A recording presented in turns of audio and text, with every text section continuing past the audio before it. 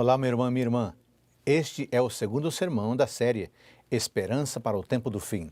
São 8 sermões para tratar de temas diretamente relacionados ao povo da esperança, a Igreja Adventista do Sétimo Dia, sua origem, sua identidade, desafios e missão. Queremos que sua fé seja fortalecida, que sua esperança seja aquecida e em seu coração se manifeste um forte desejo de envolver-se ativamente na pregação do Evangelho. Afinal, o relógio profético está bem adiantado. Hoje eu quero falar da identidade do povo da esperança. Vamos ler Apocalipse capítulo 12, versículo 17. Apocalipse 12, 17. O dragão ficou irado com a mulher e foi travar guerra com o restante da descendência dela, ou seja, os que guardam os mandamentos de Deus e têm o testemunho de Jesus. Este texto deixa claro que o povo remanescente tem 2 características marcantes. Primeira, guardam os mandamentos de Deus. Segunda, tem o testemunho de Jesus. No sermão de hoje, vamos estudar a primeira característica e a segunda será estudada no próximo sermão. Eu quero fazer antes um esclarecimento da palavra mandamento. O versículo que lemos diz que o remanescente guarda os mandamentos. No grego é usado o substantivo entolê, que pode ser traduzido de maneiras diferentes como comando, ordem, mandamento, lei. No Novo Testamento, se refere às instruções ou mandamentos dados pelo povo, por Jesus ou por Deus. Além disso, poderia se referir a um único mandamento ou à lei de Deus como um todo. No Apocalipse, o termo entolê, mandamentos, é encontrado em apenas 2 passagens, cujo conteúdo é similar. Já lemos a primeira passagem, Apocalipse 12, 17. A segunda passagem é Apocalipse 14, 12, que diz o seguinte: aqui está a perseverança dos santos, os que guardam os mandamentos de Deus e a fé em Jesus. A expressão guardar os mandamentos é mencionada em ambos textos, sugerindo que essa ideia é particularmente significativa para João, além de ficar claro que os mandamentos são provenientes de Deus. Nós, adventistas do sétimo dia, sempre consideramos a expressão os mandamentos de Deus, de Apocalipse 12, 17 e 14, 12, como os 10 mandamentos de Êxodo 20. E temos razões claras para isso. Então agora eu quero mostrar para você menção aos 10 mandamentos em Apocalipse. É muito interessante observar que existem referências aos 10 mandamentos e uso de linguagem referente aos 10 mandamentos em vários textos do Apocalipse. Eu quero mencionar alguns exemplos. Vamos ler Apocalipse capítulo 9, versículos 20 e 21. Apocalipse capítulo 9, versículos 20 e 21. Diz assim: o resto da humanidade, isto é, aqueles que não foram mortos por esses flagelos, não se arrependeu das obras das suas mãos. Eles não deixaram de adorar os demônios e os ídolos de ouro, de prata, de bronze, de pedra e de madeira, que não podem ver, nem ouvir, nem andar. Também não se arrependeram dos seus homicídios, nem das suas feitiçarias, nem da sua imoralidade sexual, nem dos seus furtos. Eu queria que você observasse com muita atenção o seguinte: a expressão que nós lemos aqui, eles não deixaram de adorar os demônios e os ídolos, nos lembra o segundo mandamento, que diz: não faça para você imagem de escultura, não adore essas coisas, nem preste culto a elas. Êxodo 20, 4 e 5. A expressão também não se arrependeram dos seus homicídios nos lembra o 5º mandamento, que diz: não mate. Êxodo 20, 13. A expressão sua imoralidade sexual, lida aqui de Apocalipse 9, nos lembra o 7º mandamento, que diz: não cometa adultério. Êxodo capítulo 20, versículo 14. A expressão nem dos seus furtos, nos lembra o 8º mandamento. Não furte. Êxodo 20, 15. Agora vamos ler Apocalipse capítulo 10, versículos 5 e 6. Então o anjo que via em pé sobre o mar e sobre a terra, levantou a mão direita para o céu e jurou por aquele que vive para todo sempre, o mesmo que criou o céu, a terra, o mar e tudo que neles há, dizendo: já não haverá demora. Eu queria que novamente você se concentrasse, porque há algumas coisas interessantes aqui no texto que acabamos de ler. A expressão, o mesmo que criou o céu, a terra, o mar e tudo o que neles há, nos lembra o 4º mandamento, que diz: lembre-se do dia de sábado para o santificar, porque em 6 dias o Senhor fez os céus e a terra. Êxodo 20, 8 e 11. Vamos ler mais um texto mostrando como os mandamentos de Êxodo 20 aparecem direta ou indiretamente mencionados no livro de Apocalipse. Apocalipse capítulo 13, versículo 6, diz assim: a besta abriu a boca em blasfêmias contra Deus, para lhe difamar o nome e difamar o tabernáculo, a saber, os que habitam no céu.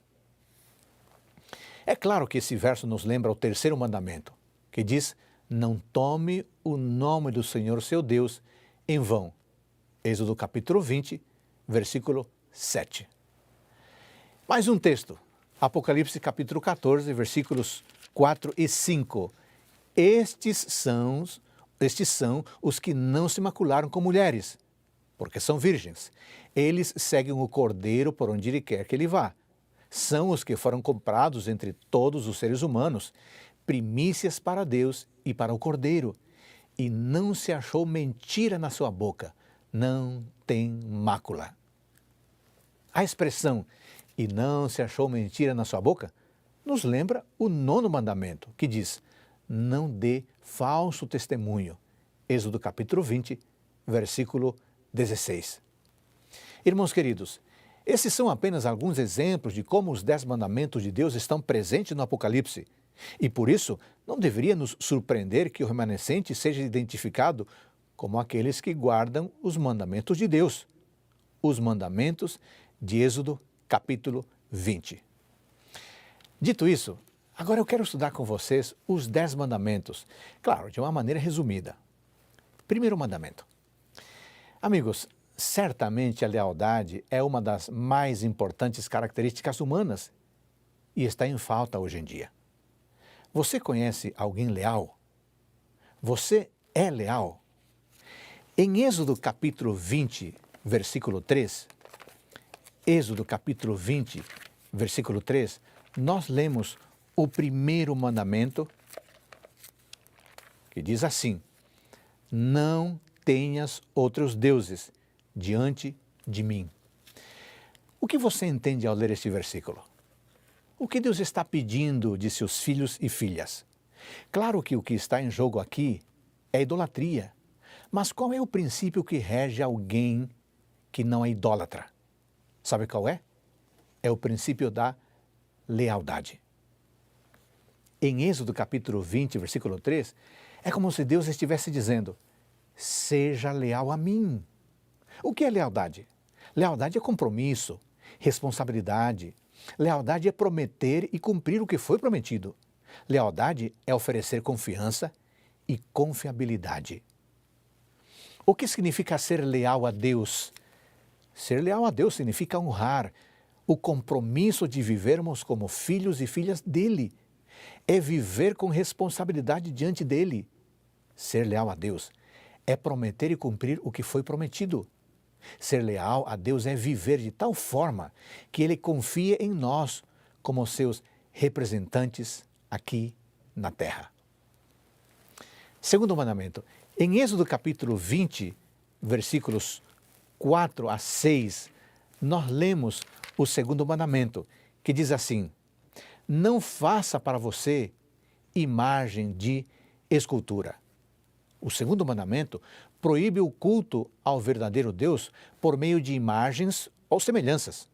Muitas nações gentílicas pretendiam que suas imagens eram meras figuras ou símbolos pelos quais adoravam a Deus, a divindade. Mas Deus declarou que tal culto é pecado. A tentativa de representar o eterno por meio de objetos materiais rebaixaria a concepção do homem acerca de Deus. A mente, desviada da perfeição infinita de Jeová, seria atraída para a criatura em vez de ser atraída para o Criador. E rebaixando-se suas concepções acerca de Deus, semelhantemente, o ser humano seria degradado.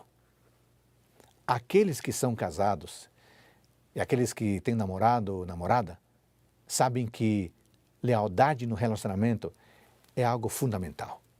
Nenhum namorado, em sã consciência, admite que sua namorada partilhe suas afeições com outros admiradores. Nenhuma namorada, em sã consciência, admite que seu namorado carregue em sua carteira uma foto dela e de outras. Claro que não.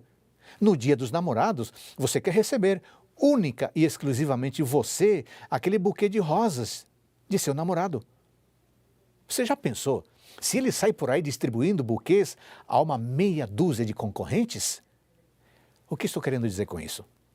Deus insiste em ser o único amor de nossa vida, o único Deus a quem devotamos lealdade e culto completos. Por isso, Deus diz a você: seja leal a mim, adore-me da maneira correta, que nada seja superior a mim em sua vida. Não tente substituir-me em sua vida por coisas fúteis que não garantem a vida eterna. Que nem as redes sociais, nem o namoro, nem a moda, nem o celular, nem o trabalho ou qualquer coisa desta vida, por mais agradável que pareça, seja colocada no meu lugar como objeto de devoção. Eu quero sua lealdade, 100% só para mim. E eu lhe prometo que muito em breve poderemos desfrutar de amizade eterna.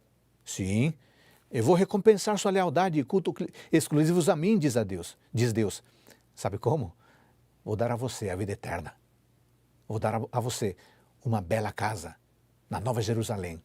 E, acima de tudo, vou cuidar de você por toda a eternidade, para que você seja eternamente feliz. Mas tudo isso tem um preço. Seja leal a mim. Terceiro mandamento, Êxodo capítulo 20, versículo 7. Êxodo 27 diz o seguinte: não tome o nome do Senhor seu Deus em vão, porque o Senhor não terá por inocente o que tomar o seu nome em vão. Ellen White diz que este mandamento não proíbe somente os falsos juramentos e juras comuns, mas proíbe o uso do nome de Deus de maneira leviana ou descuidada. Pela precipitada menção de Deus na conversação comum, pelos apelos a Ele feitos em assuntos triviais e pela frequente e impensada repetição de seu nome, nós o desonramos. Santo e tremendo é o seu nome, diz o Salmo 111, versículo 9. Todos devem meditar em sua majestade, pureza e santidade, para que o coração possa impressionar-se com uma intuição de seu exaltado caráter, e seu santo nome deve ser pronunciado com reverência e com solenidade. Enquanto que o primeiro mandamento se refere a aspectos internos da adoração e o segundo mandamento se refere a aspectos externos da adoração, o terceiro mandamento se refere aos aspectos verbais da adoração, especificamente envolvendo o nome de Deus. Como eu já disse, o terceiro mandamento nos previne contra a banalização do nome de Deus. Nós chamamos a isso de reverência. Mas o que significa exatamente não tomar o nome de Deus em vão? Sabe que na Bíblia o nome de Deus inclui pelo menos 3 coisas específicas. Primeira, a sua natureza, seu ser, sua própria pessoa. E você tem textos como o Salmo 21, Lucas 24, 47, João 1, 12, Apocalipse 3, 4. Em segundo lugar, representa seus ensinos ou doutrinas, o nome de Deus. Salmo 22, 22, João 17, 6 e 26. Além disso, o nome de Deus representa seus ensinos éticos e também morais. Miqueias capítulo 4, versículo 5. De maneira que tomar o nome de Deus em vão significa desrespeitar sua própria pessoa, desobedecer, desrespeitar suas doutrinas, desobedecer, desrespeitar seus ensinos éticos e seus ensinos morais. Sabe que vai chegar o dia em que Deus poderá lhe dizer: querida filha, querido filho, você me respeitou, respeitou meu nome, minhas coisas, meus espaços. Você se dirigiu a mim com fineza, com educação. Você me tratou com honra e suas ações honraram o meu caráter. Muito obrigado por isso. Eu quero viver com você pela eternidade. Afinal, já somos amigos e nos entendemos e nos respeitamos há muito tempo. Você quer ouvir isso dos lábios de Deus? Certamente que sim. Então, por favor, trate Deus com reverência. Trate Deus com respeito. Seja reverente. O quarto mandamento, em Êxodo capítulo 20, versículo 8, diz assim: lembre-se do dia de sábado para o santificar. Irmãos e amigos, o sábado não é apresentado como uma nova instituição, mas como havendo sido estabelecido na criação. Deve ser lembrado e observado como a memória da obra do Criador, apontando para Deus como aquele que fez os céus e a terra. O sábado distingue o verdadeiro Deus de todos os falsos deuses. Todos os que guardam o sétimo dia dão a entender por este ato que são adoradores de Jeová. Assim, o sábado é sinal de submissão a Deus por parte do ser humano. O quarto mandamento é o único de todos os 10 em que se encontra tanto o nome como o título do legislador. É o único que mostra pela autoridade de quem é dada a lei. O quarto mandamento contém o selo de Deus, afixado à sua lei, como prova da autenticidade e vigência da mesma. Queridos irmãos, Deus deu aos seres humanos 6 dias nos quais trabalhar e exige que seus trabalhos sejam feitos nos 6 dias destinados a isso. Atos necessários e misericordiosos são permitidos no sábado. Os doentes e sofredores em todo o tempo devem ser tratados, mas o trabalho desnecessário deve ser estritamente evitado. O profeta Isaías nos chama a atenção para algo muito importante. Em Isaías capítulo 58, versículo 14. Ele diz que no sábado não devemos falar palavras vãs. Sobre isto, Ellen White nos adverte o seguinte: aqueles que no sábado discutem assuntos de negócios ou fazem planos são considerados por Deus como se estivessem empenhados na própria realização de negócio. Para santificar o sábado, não devemos mesmo permitir que nosso espírito se ocupe em coisas de caráter mundano. E o mandamento inclui todos dentro de nossas portas. Os que convivem na casa devem, durante as horas sagradas, pôr de lado suas ocupações mundanas. Todos devem unir-se a honrar a Deus por meio de um culto voluntário em seu santo dia. Vamos para o quinto mandamento, Êxodo capítulo 20, versículo 12, diz assim: honre o seu pai e a sua mãe, para que você tenha uma longa vida na terra que o Senhor, seu Deus, lhe dá. O relacionamento entre pais e filhos é universal, talvez o único relacionamento verdadeiramente universal, porque não são todos que se casam, e não são todos que namoram, e não são todos que chegam a ser pais. Mas todos somos filhos e filhas. Todos. Por isso, o mandamento é para os filhos e não para os pais. O propósito específico desse mandamento é o respeito devido aos pais.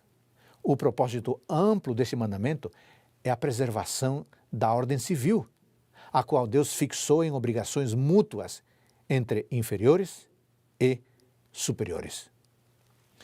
Eu quero chamar sua atenção para algo interessante nesse mandamento.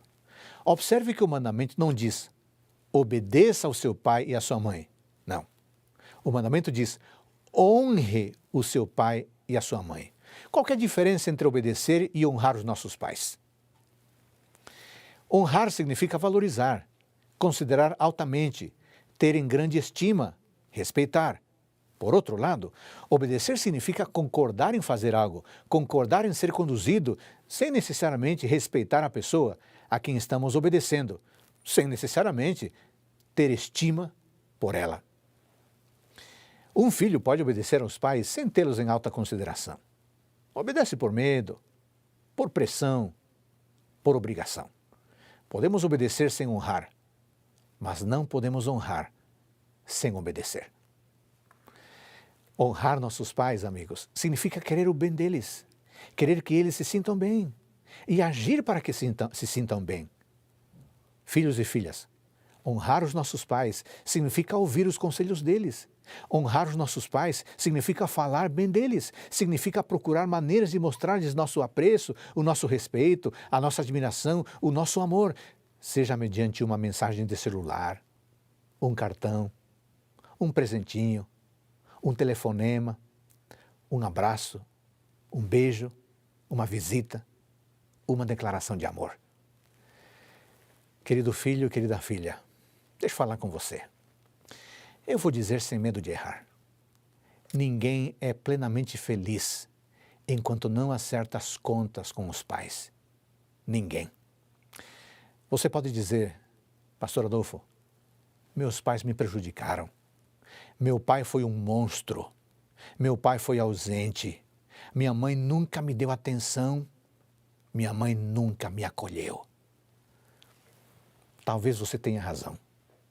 Mas a questão não é se os seus pais fizeram algo de errado com você. A questão é que você precisa perdoar seus pais. Você precisa acertar as contas com o passado. E com Deus, você precisa curar a sua memória. Se não fizer isso, quem perde é você. Vamos para o sexto mandamento? Êxodo capítulo 20, versículo 13 diz: não mate. Os instintos de conspiração contra a vida, a semente do desrespeito pela vida, está incrustada em nossa natureza pecaminosa. Afinal, por que Deus proibiria a humanidade de cometer assassinato se Ele soubesse que algumas pessoas estariam livres de cometer assassinato? Não faz sentido. O sexto mandamento nos diz: não importa o seu tamanho, não importa se você é um tigre feroz ou um indefeso gatinho. Lá no fundo, você é um assassino em potencial. Por isso, não mate. O sexto mandamento proíbe o assassinato. E a palavra aqui usada aponta para uma ação premeditada e intencional. Por isso, o sentido do mandamento no original hebraico é: não assassinarás. Este mandamento ecoa o valor universal da integridade física do ser humano. A mais valiosa possessão do ser humano é a sua própria vida. O crime mais aterrador é roubar a vida. Ao proibir o assassinato, Deus nos ensina que Ele detesta a raiz do assassinato. E qual que é a raiz do assassinato? Inveja, ódio, raiva, desejo de vingança. Porque se esses sentimentos não existissem, certamente ninguém mataria alguém. Esses sentimentos nos levam à desvalorização da vida do outro e à consequente supervalorização da nossa vida, e assim nos tornamos assassinos em potencial. O recado de Deus para nós pode ser entendido assim: meu filho, minha filha, minhas exigências são altíssimas, porque na minha futura pátria eu quero pessoas leais, obedientes, respeitosas. Eu quero pessoas maduras. Eu sei que respeitar a vida do jeito que eu quero é quase impossível, humanamente impossível, mas você pode contar com a minha ajuda. Eu lhe dou o Espírito Santo, que vai transformar suas atitudes, permitindo ações cada vez mais responsáveis. Você verá que no final das contas, quem ganha é você.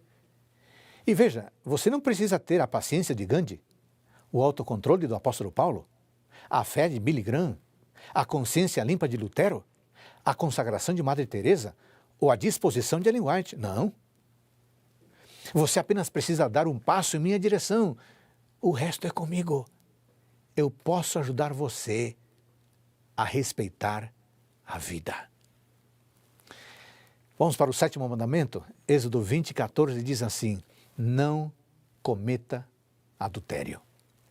Este mandamento proíbe não somente atos de impureza, mas também pensamentos e desejos sensuais ou qualquer prática com a tendência de excitar os sentidos. A pureza é exigida não somente na vida exterior, mas nos intuitos e emoções secretos do coração. Cristo, que ensinou os deveres impostos pela lei de Deus, em seu grande alcance, declarou ser o mau pensamento ou olhar tão verdadeiramente pecado como o é o ato ilícito. Lembremos, número 1, Deus separou o sexo para o casamento. Gênesis 1:22 e 2:24. Número 2, Deus ordena que sejamos puros. 1 Tessalonicenses 4:3, 1 Coríntios 6:13. Número 3, o sexo pré-conjugal é um pecado contra o corpo. 1 Coríntios 6:18. 4. O sexo pré-conjugal nos torna sujeitos ao juízo de Deus. Hebreus 13:4. Queridos solteiros e queridas solteiras, gostaria de dar um recado para você com todo o meu coração. Há razões de sobra para que você tenha um namoro puro. O apóstolo Paulo nos adverte em 1 Coríntios 6:16 que o ato sexual torna as pessoas envolvidas uma só carne. Isso significa dizer que toda vez que você dorme com uma pessoa, você também dorme com o passado dela. Sabe por quê? Porque o ser humano não consegue se desfazer do seu passado.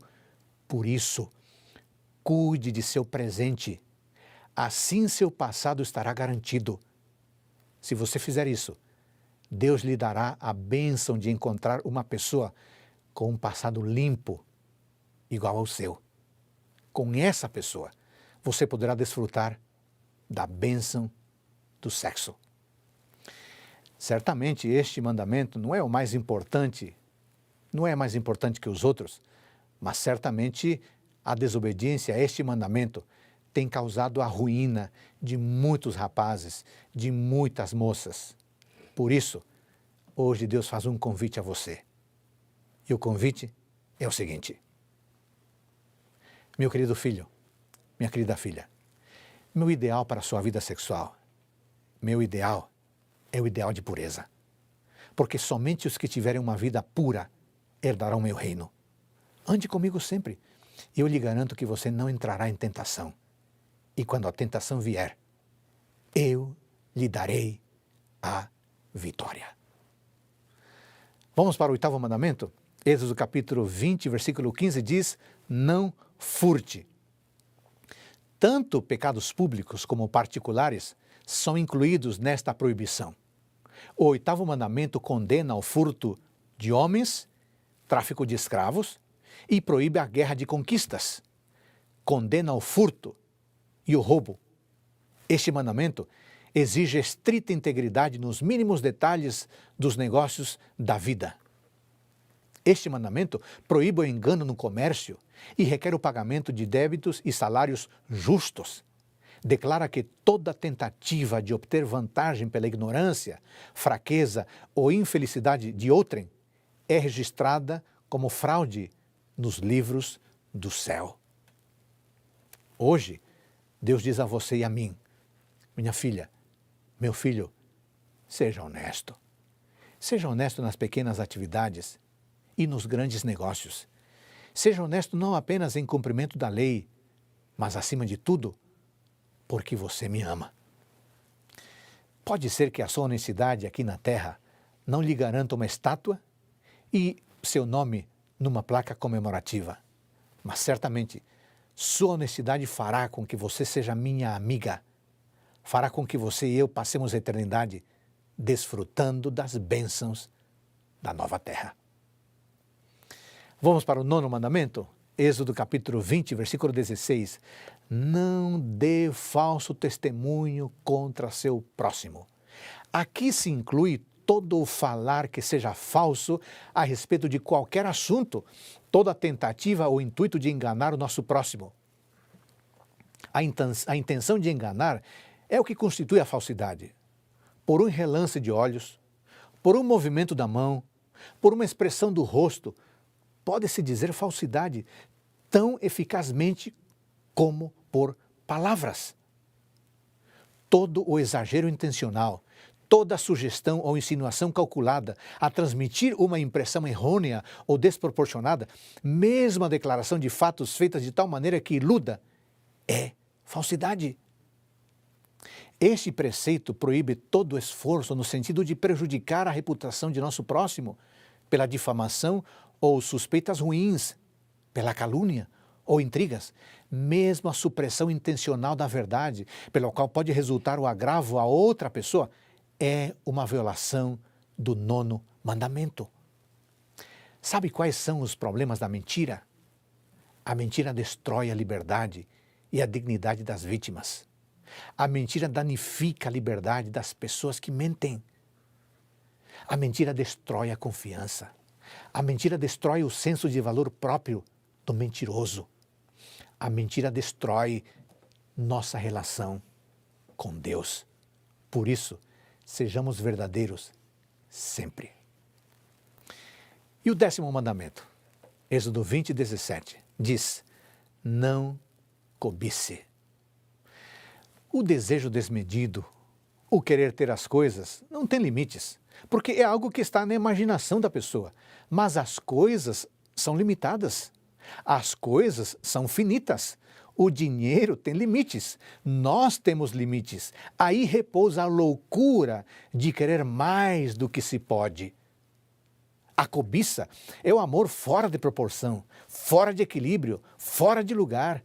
Cobiçar significa colocar nossa devoção em coisas, dinheiro, sucesso, fama, e transformá-las no centro de nossa existência, crendo que são o fundamento sobre o qual construímos a felicidade. Para o cobiçoso, as coisas se tornam mais importantes do que as pessoas e suas necessidades. Este 10º mandamento fere a própria raiz de todos os pecados, proibindo o desejo egoísta no qual nasce o ato pecaminoso. Aquele que, em obediência à lei de Deus, se abstém de condescender mesmo com o desejo pecaminoso daquilo que pertence ao outro, não será culpado de um ato mau para com seus semelhantes. Mas atenção, não nos enganemos. A cobiça não é essencialmente uma questão de pobreza ou de riqueza, não. Cobiçar é um vício e pecado tanto do rico quanto do pobre. Sabe por quê? Cobiçar é a insatisfação constante com o que se tem, seja muito ou seja pouco. Cobiça é o desejo desmedido de avançar mais, querer mais, procurar mais, almejar mais, planejar mais, a ponto de sacrificar tudo e todos para ter o que se quer. A pessoa tem uma bicicleta, mas obcecadamente ela quer um carro. A pessoa tem um carro, mas obcecadamente ela quer uma mansão. A pessoa tem uma mansão, mas obcecadamente, cegamente, quer um jatinho, quer um helicóptero, etc. Na cobiça, o problema não é ter muito ou ter pouco. O problema é a constante insatisfação com o que se tem, o que provoca um senso de constante infelicidade. O apóstolo Paulo nos aconselha que a vida de vocês seja isenta de avareza. Contentem-se com as coisas que vocês têm, porque Deus disse: de maneira alguma deixarei você, nunca jamais o abandonarei. Hebreus 13, 5. Sabe que esse verso de Hebreus 13, 5 nos leva a afirmar, sem medo de errar, que a cobiça e o descontentamento é um problema teológico. Por quê? Cobiçar é duvidar da capacidade de Deus nos sustentar. Cobiçar é duvidar de que Deus, ao seu tempo e ao seu modo, nos dará o que precisamos, mas nem sempre nos dará o que desejamos. Bom, de modo resumido, o que Deus requer de nós nos 10 mandamentos é o seguinte: 1. Lealdade. 2. Culto correto. 3. Reverência. 4. Santificação de seu dia. 5. Respeito à autoridade. 6. Respeito à vida. 7. Pureza. 8. Honestidade. 9. Veracidade. E número 10. Contentamento. Algumas pessoas dizem assim: não, pastor Adolfo, você está exagerando muito. O que importa diante de Deus é a minha sinceridade. O que importa é a minha boa intenção. Irmão, irmã, isso não é verdade. Isso não é correto. O que importa diante de Deus não é a nossa sinceridade e nem nossas boas intenções. Porque se assim for, Deus fica refém de nossas boas intenções e da nossa sinceridade. E podemos até cometer atos ilícitos graves, mas com boas intenções e com sinceridade está tudo certo. Por isso, o que importa diante de Deus é que vivamos em obediência à sua vontade. Se você é parte do povo remanescente de Deus, então você deve viver como uma pessoa remanescente. O povo remanescente de Deus precisa crescer em santidade, precisa demonstrar em seu estilo de vida que nasceu de novo, precisa viver em honra a Deus, precisa obedecer aos 10 mandamentos de Deus. Apocalipse 12, 17 diz: o dragão ficou irado com a mulher e foi travar guerra com o restante da descendência dela, ou seja, os que guardam os mandamentos de Deus e têm o testemunho de Jesus. A obediência a Deus não é fruto de nossa disciplina. A obediência a Deus é fruto de sua graça atuando em nós. Quando obedecemos, mostramos que a graça salvadora do Senhor está agindo em nós, está operando a transformação necessária para que um dia possamos habitar com Ele na nova terra. Por isso, querido irmão, querida irmã, deixe Deus transformar você a cada dia. Não viva segundo a sua sinceridade, não viva segundo as suas boas intenções, viva segundo a vontade de Deus, porque esta é a nossa identidade. Que pela graça do Pai Celestial, pelo poder do Espírito Santo, pelo poder transformador do Espírito Santo e com a bênção de Jesus Cristo, você e eu sejamos fiéis aos mandamentos do nosso Deus. Que o nosso Pai Todo-Poderoso abençoe você.